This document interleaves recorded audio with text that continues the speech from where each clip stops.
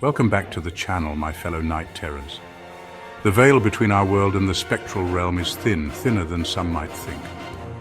Sometimes what lies beyond that veil doesn't want to just exist alongside us. It wants to lash out. Tonight we're diving deep into 3 true stories of ghostly aggression. Stories that'll make you think twice about turning off the lights. So lock your doors, turn up the volume and prepare to be terrified. Because these stories, they stay with you long after the screen goes dark. Our first story takes us to the outskirts of Ashwood, Pennsylvania. Here, amid sprawling farmland and forgotten dirt roads, lie the ruins of the old Blackwood Manor. This once grand estate now stands as a decaying monument to a dark past. Locals say Blackwood is cursed, abandoned after a grisly murder-suicide in the 1940s. The tragic events left an indelible mark on the community, and whispers of ghostly apparitions have persisted ever since. But teenagers? They laugh off local legends, daring each other to explore.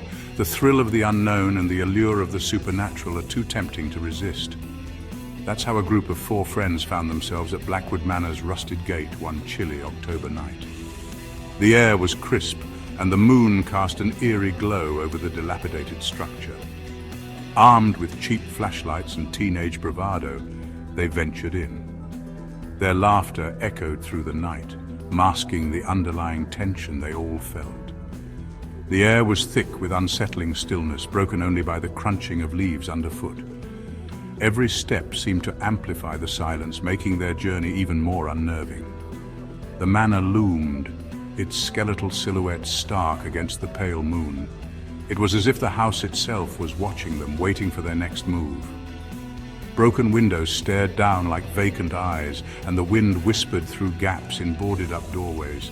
The house seemed to breathe, exhaling cold air that sent shivers down their spines. Ignoring chills, the group cautiously entered. The creaking of the old wooden floorboards beneath their feet added to the eerie atmosphere.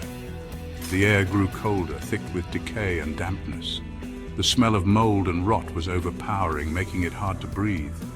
Dust motes danced in their flashlight beams, illuminating rotting furniture and peeling wallpaper. The once grand interior was now a shadow of its former self. In the main parlor, beneath a cobweb-draped chandelier, things took a terrifying turn. The room seemed to close in on them, the walls pressing in with a malevolent force. Sarah, one of the teenagers, let out a blood-curdling scream. Her voice echoed through the empty halls, amplifying the terror. Her friends spun around to see her frozen, eyes wide with terror, staring at a dark corner. The fear in her eyes was palpable, sending chills down their spines. "Something pushed me," she stammered. Her voice was barely a whisper, but the fear in it was unmistakable. There was nothing visible, but a cold, heavy presence descended upon the room. It felt as if the very air was alive with malevolence. The temperature plummeted. The air grew thick and oppressive. It was as if the house itself was trying to drive them out. One flashlight flickered and died, plunging them into darkness. Panic set in. The darkness seemed to swallow them whole, amplifying their fear. They needed to get out. Now. The urgency in their movements was palpable as they scrambled to find the exit. As they scrambled towards the doorway, a low growl echoed, inhuman and filled with rage. It was a sound that seemed to come from the very bowels of the house. They burst from the house, stumbling over each other in their haste. The cold night air hit them like a slap, but they didn't stop running. Heavy footsteps pounded after them, splintering wood and shattering glass. Whatever was inside, it was not willing to let them go easily. Whatever was inside, it was furious. The very walls seemed to shake with its anger. They didn't stop running until they reached their car, tires spitting gravel as they sped away. The engine roared to life and they left the manor behind, but the fear lingered. None of them ever spoke of that night, but they all carried the terror with them. The experience had left an indelible mark on their souls.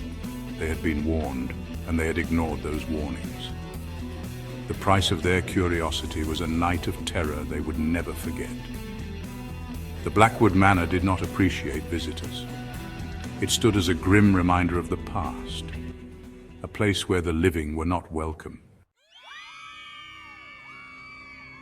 Our next story takes us to a bustling flea market in New Orleans, a city steeped in magic and mystery, where the air is thick with tales of the supernatural.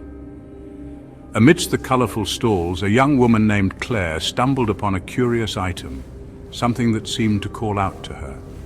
A porcelain doll, its dress faded and dusty, its painted eyes following Claire with unnerving intensity, as if it had a life of its own. Something about the doll called to her, drew her in, almost as if it was whispering secrets only she could hear. Against her better judgment, Claire purchased the doll, brushing off the uneasy feeling in her stomach, convincing herself it was just her imagination. That night, Claire placed the doll on her bedside table, its eyes seemingly watching her every move. As she drifted off to sleep, she felt watched, unseen eyes boring into her, making her skin crawl. She awoke to a bone-chilling cold seeping through her room, an unnatural cold that seemed to emanate from the doll. The doll's head was turned, its blank eyes staring directly at her as if it had moved on its own. Over the next few days, things took a sinister turn, the atmosphere in her apartment growing darker and more oppressive. Claire began experiencing vivid nightmares, haunted by the image of a young girl, her face contorted in rage and despair, reaching out to her.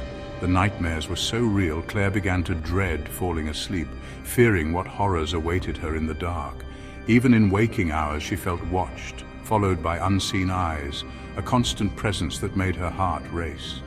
Objects moved around her apartment, doors slammed shut, lights flickered and died, as if the doll was asserting its dominance. One evening, Claire heard a soft, childlike giggle coming from the hallway. She lived alone, and the sound sent chills down her spine. Slowly, she made her way towards the sound, heart pounding, each step feeling heavier than the last. The giggling grew louder as she approached her bedroom door, a sinister melody that seemed to mock her fear.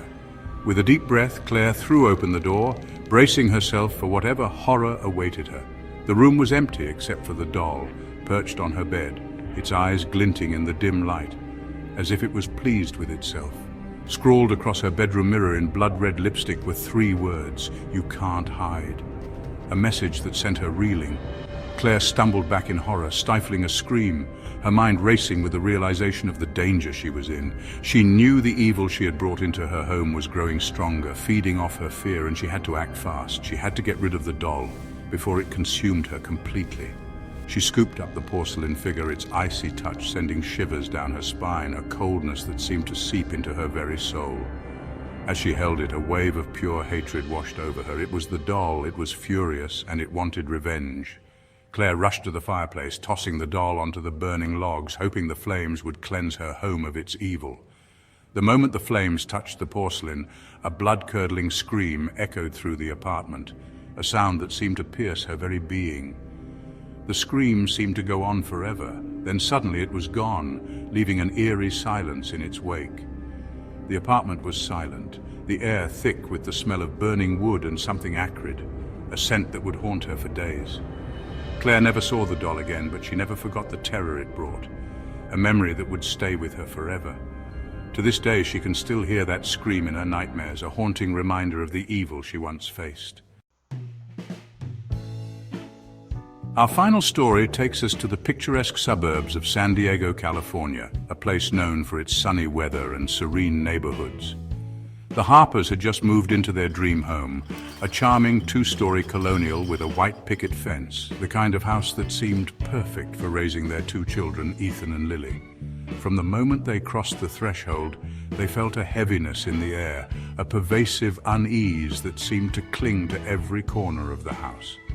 Their dog Buddy refused to enter, whimpering at the front door as if sensing something the family could not see. The family brushed it off as nerves, attributing the strange feelings to the stress of moving and settling into a new environment. But as days turned into nights, it became clear something was wrong. It started subtly, with small, almost imperceptible disturbances. Footsteps creaking on the stairs when everyone was in bed, as if someone unseen was walking up and down. Whispered conversations from empty rooms, voices that seemed to come from nowhere. Then things escalated. Pictures flew off the walls and furniture moved on its own as if pushed by an invisible force. The children, Ethan and Lily, claimed to see a shadowy figure with glowing red eyes lurking in the corners of their rooms. One night, the entity made its presence known in a terrifying manner. The family was awakened by a bone-chilling scream. It was Lily, screaming in terror. They rushed into her room to find her cowering beneath her blankets, shaking with fear. "He touched me," she sobbed, pointing to a dark corner of her room where the shadows seemed to gather. "The bad man touched me." They saw the scratches on her arm, deep and red. 3 long, angry welts ran down Lily's arm. The Harpers were terrified. Their dream home had become a nightmare. They had tried to rationalize the strange occurrences, but the scratches were undeniable proof that something malevolent was in their home. Desperate and out of options, they called in a paranormal investigator, hoping for answers and a solution. She arrived, her face grim as she felt the oppressive energy that seemed to permeate the house. Using an array of paranormal tools, she confirmed the house was haunted by a malevolent entity, a spirit with dark intentions. She performed a cleansing ritual, attempting to appease the spirit and rid the house of its dark presence. For a brief moment, the air felt lighter, and the family dared to hope that the worst was over. But the peace was short-lived. The oppressive atmosphere soon returned, more intense than before. That night, the attacks intensified, becoming more violent and terrifying. Objects flew across rooms, lights flickered violently, and the house seemed to come alive with malevolent energy. The family huddled together, fear palpable as they listened to their home being torn apart by unseen forces. They couldn't stay any longer. Gathering what they could, the Harpers fled their dream home, leaving behind the malevolent entity and the nightmare it had brought into their lives. So there you have it. 3 terrifying tales of ghosts who don't just haunt, they attack. Thank you for watching. Don't forget to like, subscribe, and hit the bell icon for more spine-chilling stories. Sleep tight if you can.